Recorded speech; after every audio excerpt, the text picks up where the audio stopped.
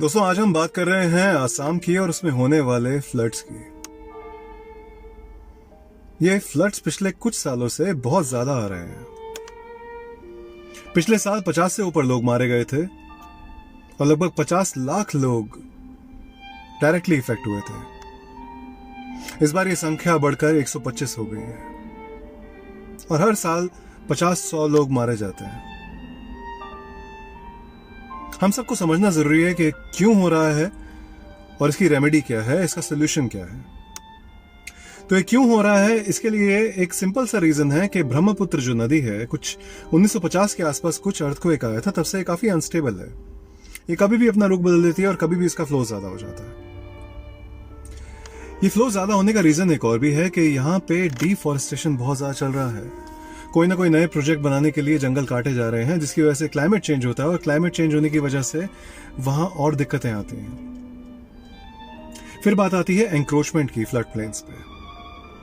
आप नई नई कंस्ट्रक्शन करते रहते हैं, नदी का पानी और कम करके अपने आप कोने पे घर बना लेते हैं या कोई और कंस्ट्रक्शन कर लेते हैं।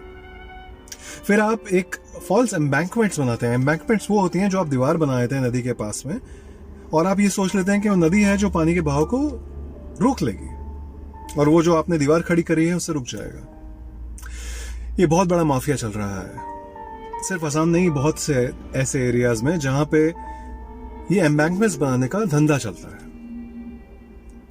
हमारे सरकार ने तो ये भी डिक्लेयर कर दिया था कि 1300 किलोमीटर लंबा हाईवे बनाएंगे ब्रह्मपुत्र नदी के पास में, और उसमें फ्लड्स को कंट्रोल करने के लिए और नदी को कंट्रोल करने के लिए इतनी लंबी एम्बैंकमेंट्स भी बनेंगी। बहुत मोटा खर्चा है। क्या फायदा होगा? कुछ नहीं, क्योंकि जितनी ज्यादा आप एम्बैंकमेंट्स बनाएंगे, जितने ज्यादा आप एरियाज कवर करेंगे, उतनी ही ज्यादा प्रॉब्लम होगी नदी के फ्लो में। इस बात को अगर आपने ठीक करना है तो उसको ठीक करने के तरीके हैं, हमें दूसरे अच्छे देशों से सीखना चाहिए। ये एम्बैंकमेंट्स किसी जमाने में मिसिसिपी रिवर में बनाई गई थी यूएस में, और उसमें फायदा नहीं हुआ, वहां पे फ्लड्स बढ़ गए।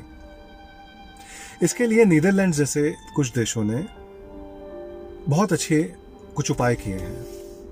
पहला उपाय आता है कि आपने रूम बनाना है रिवर के लिए। उसके लिए जगह नहीं बनाएंगे फ्लो करने के लिए तो वो तोड़ के निकलेगी। एम्बैंकमेंट जो बनाई जाती हैं उसको आपने दूर बनाना है। अगर आप पास में रिवर के बना देंगे तो वो कभी ना कभी तो टूटेंगी, पत्थर तोड़ के निकल जाती हैं नदियां। क्या फायदा होगा?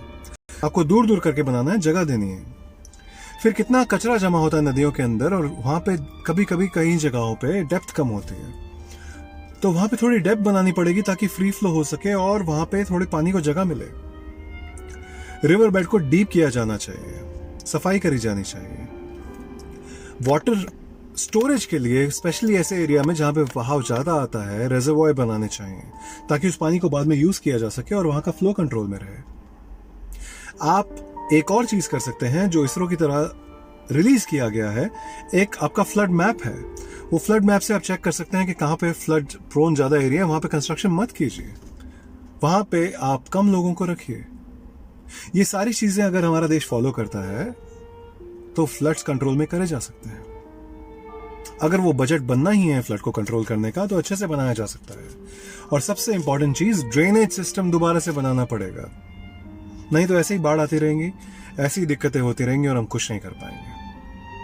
Let's pray for Assam, let's hope something happens. शुक्रिया दोस्तों, फिर मिलते हैं अगले वीडियो में।